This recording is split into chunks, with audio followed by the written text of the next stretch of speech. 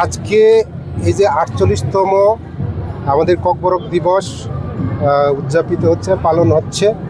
আজকের দিনে আমি সমগ্র ককবরকবাসী এবং ত্রিপুরার সমগ্র ত্রিপুরাবাসীকে শুভেচ্ছা জানাই, অভিনন্দন জানাই, ধন্যবাদ জানাই।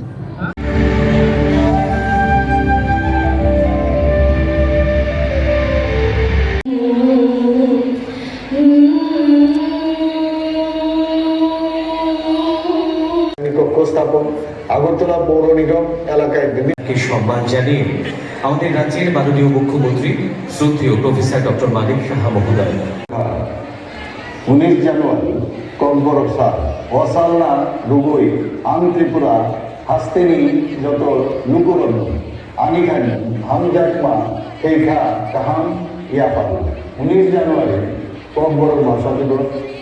এই দিবস উপলক্ষে আমি রাজ্যবাসীকে আন্তরিক শুভেচ্ছা ও অভিনন্দন জানাচ্ছি।